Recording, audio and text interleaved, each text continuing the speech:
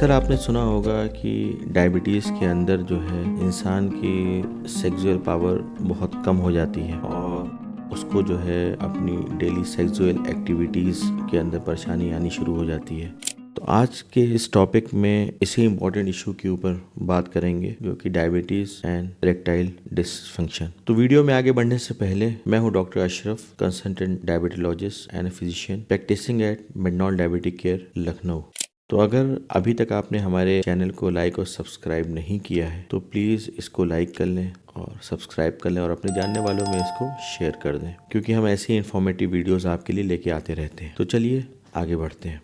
तो dear friends, diabetes एक बीमारी नहीं है, बल्कि ये एक ऐसी बीमारी है जिसका बॉडी के मल्टीपल ऑर्गन्स पे असर होता है अगर इसको हमने कंट्रोल में नहीं रखा। और अगर हम ये कहें कि एक मल्टी सिस्टम डिजीज है तो ये बिल्कुल भी गलत नहीं होगा। इरेक्टाइल डिसफंक्शन, जिसके बारे में आज हम बात करने जा रहे हैं, ये भी एक डायबिटीज का एक कॉम्प्लिकेशन है जो कि कभी ना कभी किसी स्टेज पे approximately 35 to 75% of the mail population के अंदर पाया जाता है। इसका रीज़न ये होता है कि डायबिटीज़ की वजह से जो है हमारी नसें सूखने लगती हैं और हमारे ब्लड का सर्कुलेशन जो है विद टाइम जो है कम होने लगता है अगर डायबिटीज़ कंट्रोल नहीं रहती है, जिस वजह से क्या है कि जितना इंसान को सेक्सुअली कॉम्पिटेंट होना चाहिए वो उतना कॉम्पिटेंट नहीं रह पाता है। आइए समझते हैं वो मेन रीजंस डायबिटिक पेशेंट्स में जो कि इरेक्टाइल डिसफंक्शन को जो है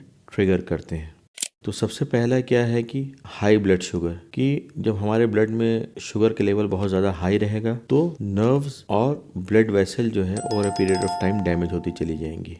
सेकंड है हमारा बढ़ा हुआ वेट। अगर हमारा वेट बहुत ज़्यादा होगा तो हमारे बॉडी के अंदर वो टेस्टोस्टेरोन के लेवल को इनडायरेक्टली कम करना शुरू कर देता है। Third is alcohol and smoking, कि अल्कोहल एंड स्मोकिंग का भी इरेक्टाइल डिसफंक्शन के ऊपर एक बहुत इम्पॉर्टेंट और मेजर रोल है। कुछ मेडिसिन्स होती हैं जो है हमारे सेक्सुअल फंक्शन को जो है इम्पेयर करती हैं और उनसे भी इरेक्टाइल डिसफंक्शन के होने के चांसेस बढ़ जाते हैं।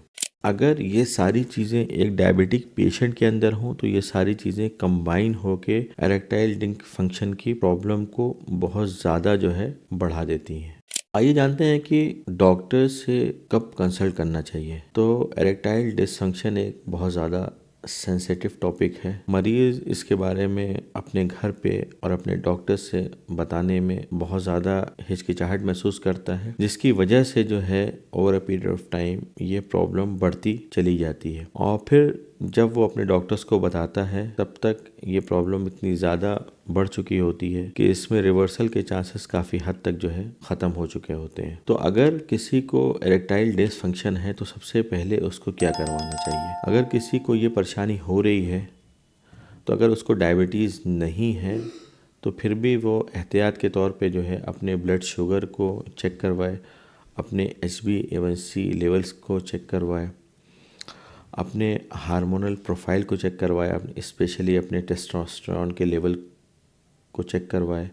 उसके अलावा अगर वो अल्कोहल या स्मोकिंग दोनों में से कोई भी चीज़ कर रहा है तो उसको जितनी जल्दी हो सके उसको स्टॉप करें और अपना फिज़िकल एग्जामिनेशन भी प्रॉपरली करवाए, ये देखने के लिए कि ऐसा तो नहीं है कि उसकी नर्व्स की हेल्थ या उसके ब्लड वेसल्स की हेल्थ किसी न किसी लेवल पे कॉम्प्रोमाइज़ हो रही हैं। और last but not the least अपना साइकोलॉजिकल एग्जामिनेशन ज़रूर करवाए कि कहीं ऐसा तो नहीं है कि उसको एंजाइटी या फिर डिप्रेशन या फिर कोई ऐसे साइकोलॉजिकल डिजीज़ हैं जो उसको हैं लेकिन उसके बारे में वो अवेयर नहीं है। किसी साइकेट्रिस्ट के पास जाके अपना प्रॉपर जो है साइकोलॉजिकल इवैल्यूएशन ज़रूर करवाए। आपको डॉक्टर्स को कब दिखाना चाहिए। आपको डॉक्टर को तब दिखाना चाहिए जबकि ये सेक्सुअल डिसफंक्शन या इरेक्टाइल डिसफंक्शन आपको लगातार हो रहा है, इससे आपकी सेक्सुअल लाइफ इम्पेयर हो रही है,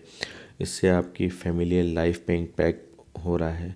तो उस कंडीशन में आपको सबसे पहले जाके अपने करीबी डॉक्टर से कंसल्ट करना चाहिए। तो आइए बात करते हैं ट्रीटमेंट ऑप्शन के बारे में। तो जैसे डायबिटीज़ को हम कंट्रोल कर सकते हैं उसी तरीके से ये प्रॉब्लम भी कंट्रोल की जा सकती है बनिस्बत आपने सही वक्त पे और सही टाइम पे इसका इलाज करवा लिया, आपने अपनी शुगर को कंट्रोल कर लिया और आपने बाकी जो आसपास के जैसे जिस रिस्क फैक्टर्स के बारे में मैंने अभी डिस्कस किया उसको आपने कंट्रोल कर लिया, तो काफ़ी हद तक जो है इरेक्टाइल डिसफंक्शन को कंट्रोल किया जा सकता है। फिर उसके बाद बहुत सारी मेडिसिन्स आती हैं, जैसे सिल्डेनाफिल होती है जिसका कि इरेक्टाइल डिसफंक्शन में बहुत अच्छा रोल देखा गया है। इसको भी आप अपने डॉक्टर्स की सलाह से ले सकते हैं कि कितना लेना है, कितनी डोज लेनी है, कब लेनी है। ये सारे आप अपने डॉक्टर से कंसल्ट करके इस दवा को आप ले सकते हैं। हमें अपनी डाइट को हेल्दी रखा है जिसमें कि कार्ब्स का इंटेक कम हो और फाइबर का इंटेक, प्रोटीन का इंटेक ज़्यादा हो, ऐसी डाइट को हमें लेना है। देन रेगुलर एक्सरसाइज करनी है, चाहे वो ब्रिस्क वॉक हो, चाहे वो लाइट वेट एक्सरसाइजेज हो, इसको हमें रोज़ करना है। और हमें अपने आसपास एक प्रॉपर काउंसलर या फिर साइकोलॉजिस्ट से मिलना चाहिए और उससे अपनी इस प्रॉब्लम को डिस्कस करना चाहिए, and he will be the best person to guide, provided कि आपके सारे पैरामीटर्स हैं जिनकी वजह से इरेक्टाइल डिसफंक्शन होता है, आपने उन सबको कंट्रोल कर लिया है। जाने से पहले मैं ये बताना चाहूँगा कि इरेक्टाइल डिसफंक्शन जिसको भी है, अगर वो डायबिटिक है तो सबसे पहले अपनी शुगर को कंट्रोल करे। अगर उसकी शुगर कंट्रोल हो गई है और अगर वो स्मोकिंग करता है या फिर अल्कोहल का इंटेक करता है तो जितनी जल्दी हो सके उसको बंद करे। अपनी लाइफ के अंदर हेल्दी डाइट ले, उसके बाद प्रॉपर एक्सरसाइज करे, और अगर मेडिसिन की ज़रूरत है तो मेडिसिन्स ले। और इसके अलावा अगर उसको किसी भी तरीके की स्ट्रेस, एंजाइटी जैसे इश्यूज हैं तो अपने साइकेट्रिस्ट या अपने काउंसलर से मिले और जल्द से जल्द इन बीमारियों का इलाज करवाए। अगर सही वक्त पे, सही टाइम पे इन सब बीमारियों का इलाज करवा लिया गया तो सेक्सुअल डिसफंक्शन जैसी बीमारियों को हम काफ़ी हद तक प्रिवेंट कर सकते हैं। So this is doctor Ashraf. मैं ऐसे इन्फॉर्मेटिव वीडियोस आपके लिए लेके आता रहता हूँ। इस वीडियो को अपने जानने वालों में सर्कुलेट करें, क्योंकि बहुत सारे ऐसे लोग हैं जो शर्म के वजह से अपने डॉक्टर्स के पास नहीं जा पाते हैं। तो इसको अपने सारे जानने वालों में सर्कुलेट करें, क्योंकि आपका एक शेयर लोगों की ज़िंदगी बदल सकता है। Thank you.